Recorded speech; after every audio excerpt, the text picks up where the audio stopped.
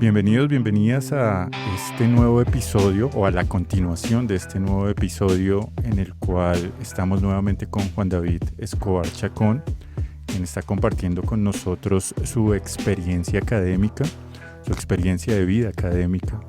Y este episodio particularmente lo vamos a centrar en su experiencia en el doctorado. Recordemos que Juan David está entrando al 5º año de doctorado, está estudiando actualmente en Estados Unidos, en la ciudad de Atlanta, en la Universidad de Emory.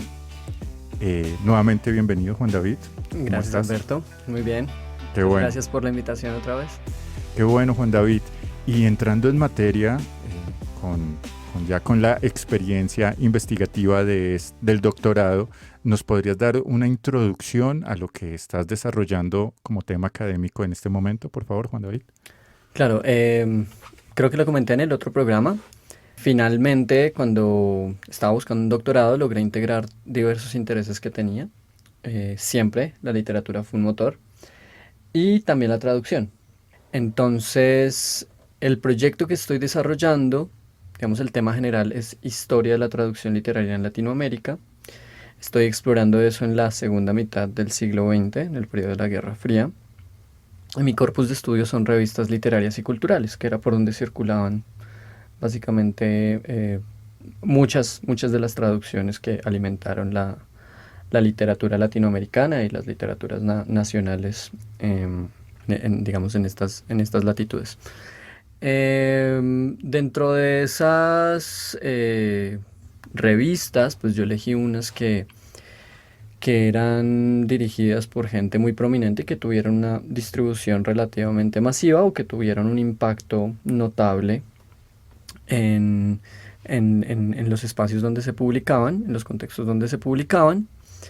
Entonces estoy estudiando revistas que van de los años 60 a los finales de los 80, como Casa de las Américas en Cuba, Mundo Nuevo, que fue la revista que hizo Emir Rodríguez Monegal, que fue una revista que tuvo muchos líos en su momento porque decían que fue financiada por la CIA, era como un contraproyecto cultural latinoamericano.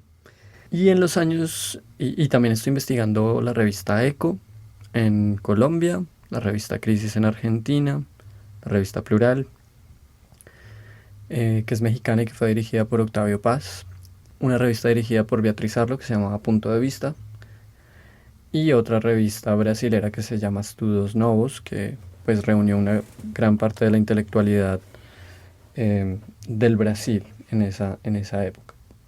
Un poco la idea es ver cómo las traducciones ayudaron a la formación de imaginarios transnacionales, para nuestro caso Latinoamérica, cuáles eran las diversas ideas que habían de Latinoamérica y cómo pues estaban influenciadas por lo que estaba ocurriendo en el mundo, básicamente.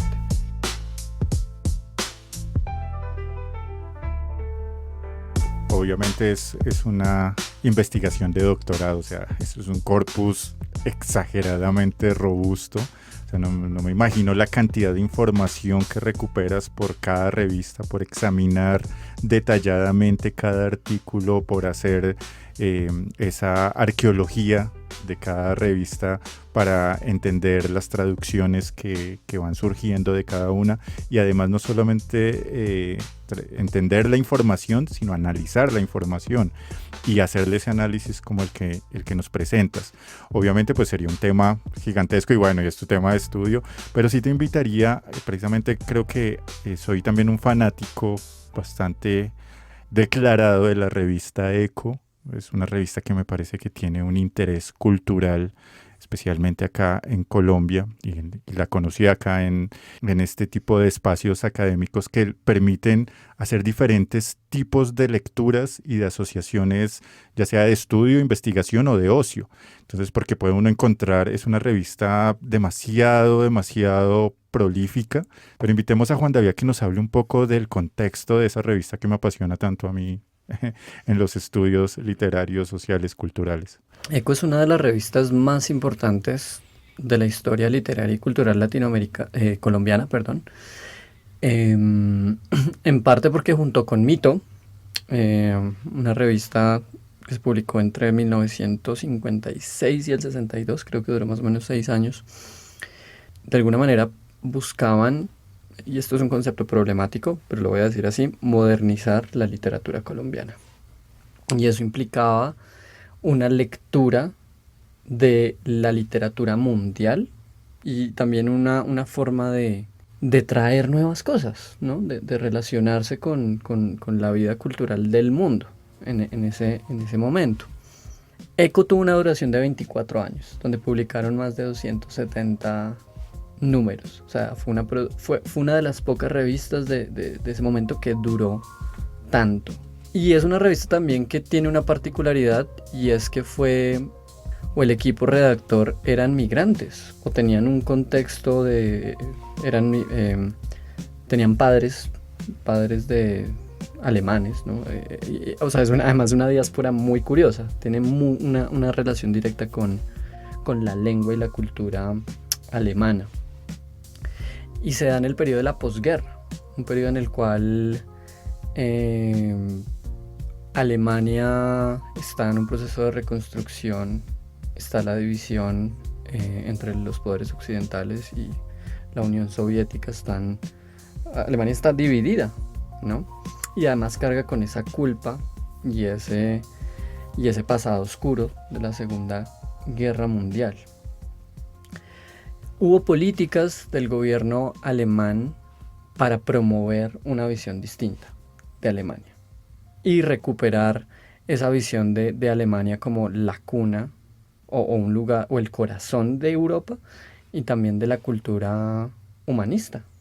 Y creo que ese era uno de los grandes propósitos de ECO, ¿no? De hecho, el subtítulo es Revista de Occidente.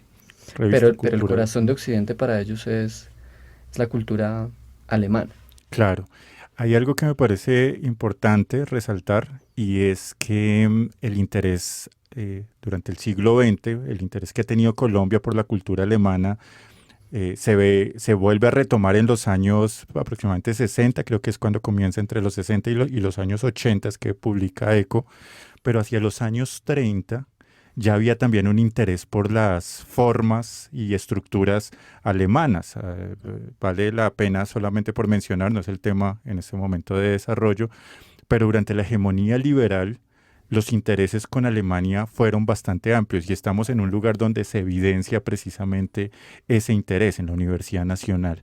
La pedagogía alemana era como un baluarte gigante para entender la arquitectura también.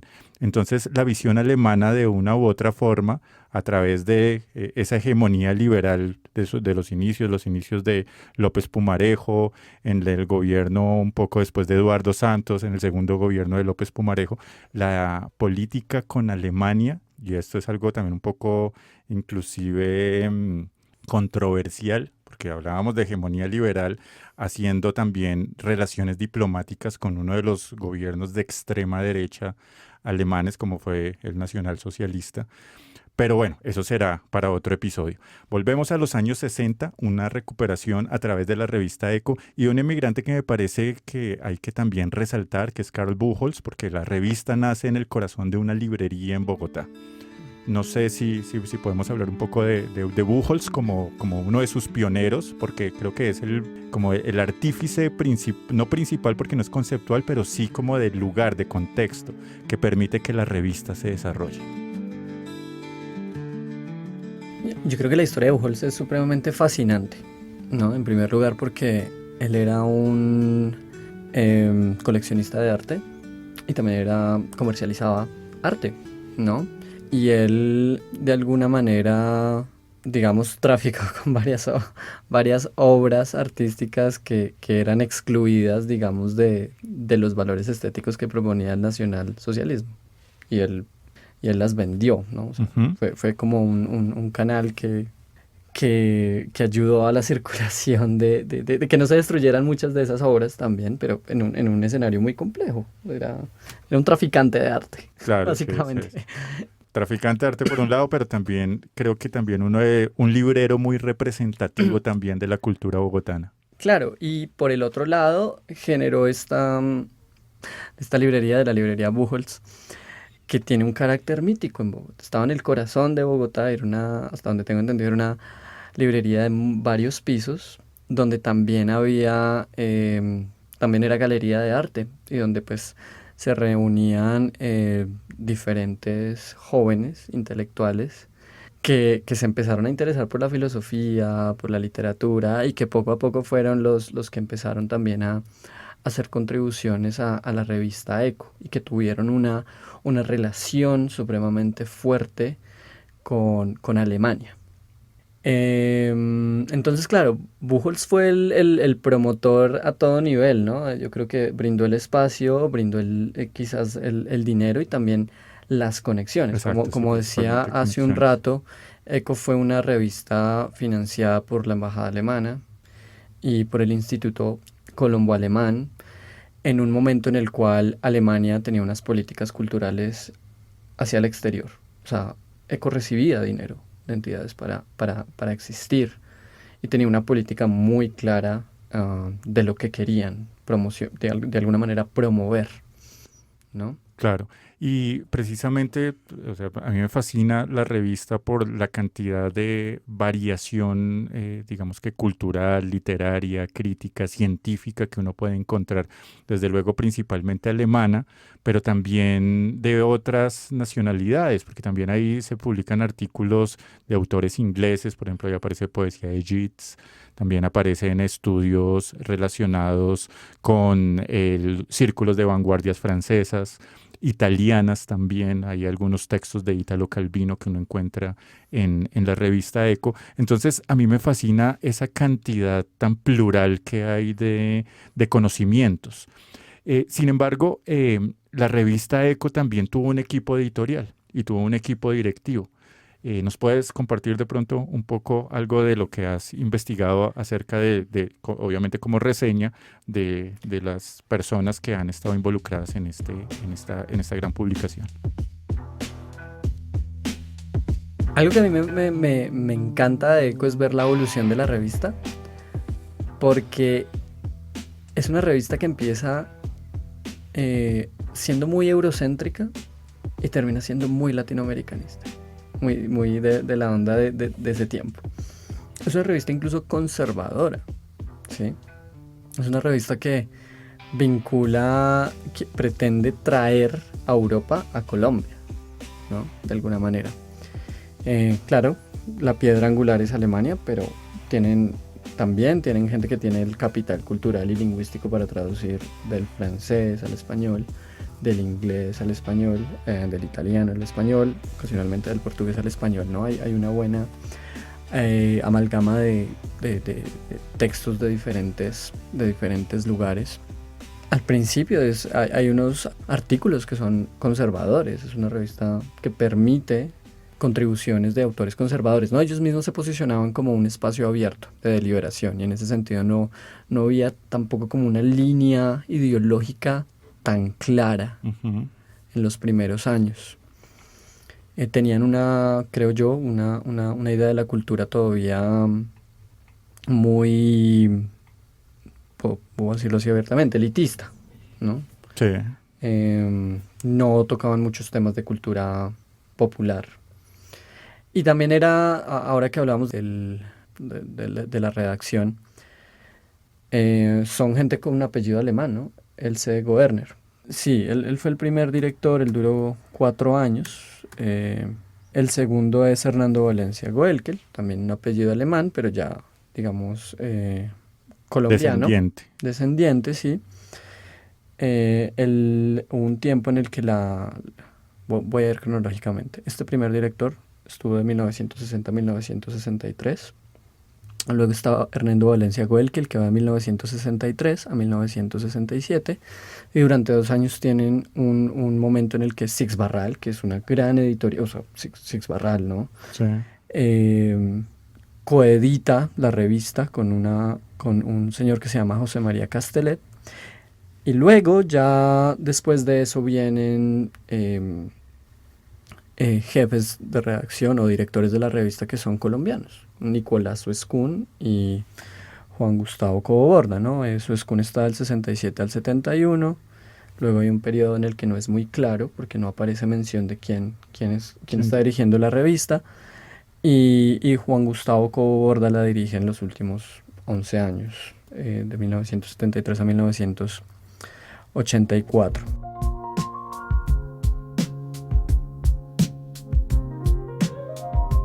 Hay algo fascinante en la revista Eco y es que este equipo editor, este equipo directivo, no solamente tenía una responsabilidad administrativa o de edición de la publicación que era mensual, sino que también tenían una capacidad como traductores inalcanzable, inimaginable. O sea, eran personas que hagan esta imagen, una revista que publica aproximadamente 8 artículos, de esos 8 artículos 5 eran traducciones. Entonces, la importancia para el área es fundamental. Es una revista que merece un estudio fuerte para la historia de la traducción en Colombia, como también para observar ese rigor tan fuerte que tiene cada uno de estos autores. ¿Qué nos puedes decir de ello, Juan David? Sí, de acuerdo a lo que tú dices, ECO es una revista de traducción y durante los 24 años de existencia hay fácilmente 850 traducciones, ¿no? de varias lenguas, pero principalmente del alemán. O sea, yo creo que esto es supremamente interesante para alguien que estudie filología alemana y está interesado en la recepción de la cultura alemana en Colombia. Obviamente también hay otras lenguas, francés, inglés en menor medida, pero realmente esa era como una política de traducción que ellos tenían. Y claro, es impresionante ver también que hay traductores que, no sé, hicieron por ejemplo, el caso de Carlos Rincón, tradujo más de 73 textos del alemán al español. Probablemente no sea muy conocido su nombre, pero él fue uno de los grandes críticos literarios latinoamericanos de su tiempo, de los años 70, 90, y fue profesor hasta hace poco, ¿no? Él falleció en 2018 y yo tuve la posibilidad de conocerlo y siempre referenciaba a Eco. Y él fue uno de los primeros traductores de Walter Benjamin en Latinoamérica, de textos que todavía se leen como la obra de arte en la época de su reproductibilidad técnica. Textos de Adorno, textos de la Escuela de Frankfurt en general, textos filosóficos, textos literarios, y él también era un crítico literario, también hacía contribuciones a Eco propias. Y el otro gran traductor del alemán era Ernesto Völkening, que él era belga, en realidad, pero tenía una conexión íntima con el alemán. Y al igual que Carlos Rincón, él era crítico literario, él fue uno de los primeros críticos de la obra de Gabriel García Márquez y de otros autores latinoamericanos. Y es muy interesante su experiencia como migrante en Colombia, en cuanto a que, por ejemplo, él publica unos diarios de su vida en el cual habla de cómo es esa transición de vivir entre lenguas y espacios y vivir entre Europa y Colombia, y también encontrar aquí como su hábitat, ¿no? Una nueva vida, ¿no? en Colombia. Claro, y algo que me parece interesante es que esta revista, muchas personas tienen ese imaginario que todo está en red, que todo está en Internet, que hoy en día Internet es una de las principales fuentes de consulta y de encontrar información. Internet es una herramienta impresionante. O sea, nos ha evolucionado la vida de una manera también maravillosa. Sin embargo, este ejercicio investigativo que también has desarrollado, también te ha involucrado mucho con la arqueología y con ir a las bibliotecas y con recuperar nuevamente. Esa es otra parte de la experiencia del investigador, aún contemporáneo. Estamos hablando del 2024, pero también eres una persona que todavía tiene que ir a los archivos de biblioteca y buscar esa información. Sí, ECO es una revista que no está digitalizada. Los motivos no lo sé. Puede que sea por temas de derechos de autor, esa es una posibilidad, pero el hecho es que hay muchas cosas que aún están por explorar y que no están digitalizadas, ¿no? Entonces las bibliotecas son un lugar de investigación todavía maravilloso, ¿no? Porque a pesar de lo que la gente cree, pues no todo está digitalizado, no, por diferentes motivos y razones. Entonces, volver, coger una revista, ver cómo era, sus dimensiones, también verla como objeto de estudio resulta muy, muy enriquecedor, porque esas son cosas que no se pueden ver con el archivo digital, ¿no? Claro. Claro, y eso es lo que hace también valiosa la experiencia investigativa o le da un valor especial que es también la movilidad, que es también la aplicación de los sentidos, hablando un poco de volver a tomar el papel, volver a tomar la revista, volver a ir a buscar en la estantería. Para las personas interesadas en esta revista, en Bogotá se encuentra en la Biblioteca Nacional y en la Biblioteca Luis Ángel Arango. Ahí está la colección para las personas que se empiecen a inquietar un poco también en esta consulta que es maravillosa. Por otro lado también, quienes les guste acceder a librerías antiguas, a librerías, todavía se consiguen algunos números en este tipo de librerías. Entonces, tenerla es una joya y poderla consultar es una experiencia investigativa gigantesca, que creo que cualquier estudiante de filología esperaría que se apasione por ese tipo de lecturas. ¿Qué experiencia relacionada ya con el análisis, con no solo la traducción, sino qué otro tipo de datos has encontrado en la revista ECO, Juan David? Creo que algo que a mí me interesa mucho es, en el caso de ECO particular, creo que ya lo mencioné, es esa transformación de un modelo eurocéntrico a un diálogo entre Latinoamérica y Europa, ¿sí? Como que al final eso está ocurriendo. Claro, ellos siguen traduciendo del alemán, es supremamente importante, pero empiezan a traducir una línea de la filosofía y la literatura alemana que también es supremamente crítica de la cultura europea y se articula al mismo tiempo con la publicación de textos latinoamericanos, de autores, escritores latinoamericanos y de crítica literaria de nuestra literatura, de alguna manera. Y ver esa transformación a mí me parece muy, muy interesante, porque es como si esta diáspora hubiera encontrado una suerte de nuevo hogar, un nuevo espacio cultural, ¿no? La cultura también parece ser como un injerto, como un tejido, como una cosa que se va constituyendo a partir de retazos, de diálogos. Y para el caso particular de la traducción, los textos traducidos se leen de una manera en el lugar donde se producen y en el lugar donde se leen. O sea, todos estos textos seguramente tenían otras connotaciones, pero traídas acá y articuladas a nuestra producción cultural, creo que hacen de una revista que al final termina siendo una revista latinoamericana, ¿sí? Claro. Qué interesante, Juan David. Yo sé que hay bastante.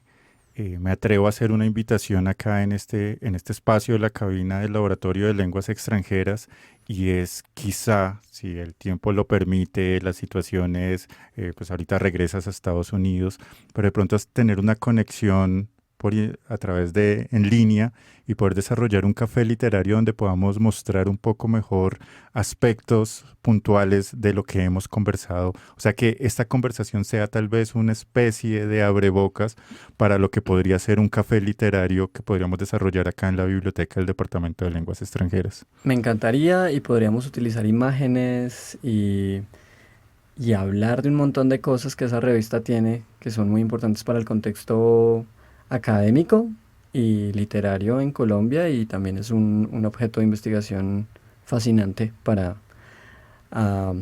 quienes estén interesados en la recepción de la cultura alemana, pero también de la cultura latinoamericana. Muchas gracias, Juan David. De verdad ha sido un tiempo enriquecedor. O sea, creo que la experiencia de estas entrevistas del primer programa, lo principal y que quisiera resaltar en este proceso es el hilo conductor que siempre ha llevado tu proceso investigativo, que ha sido la literatura. Pero ese hilo conductor que nace desde el pregrado y que sigue aún articulando experiencias en el doctorado. Entonces, no sé si podrías de pronto dar un mensaje o algo relacionado basado en esa experiencia para los estudiantes que están ahorita en este momento en pregrado, que están en metodologías de la investigación, que están empezando a buscar también esas preguntas relacionadas con investigación, o para algunos otros que a veces piensan, no sé, o sea, está en las reglas del juego, siempre lo he dicho, pero hacer materias de posgrado sin haber hecho una investigación en pregrado. ¿Qué le podrías decir a estos compañeros, compañeras?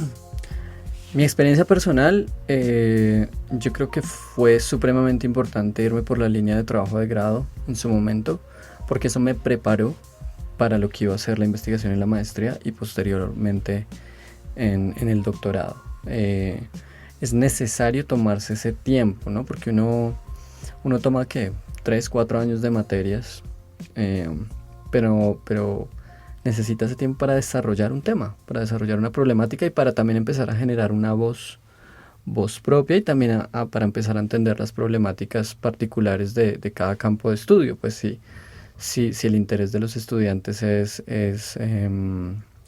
la vida académica. Pues Juan David, muy amable por haberte tenido acá en la cabina del laboratorio del Departamento de Lenguas. La experiencia ha sido maravillosa, significativa. Y bueno, espero seguir en contacto contigo y con el departamento y con la biblioteca para otra oportunidad. Entonces agradezco mucho tu tiempo y agradezco mucho habernos regalado esta gran experiencia investigativa. A ti, Alberto. Muchas gracias por la invitación. Bueno, seguimos conectados en una próxima.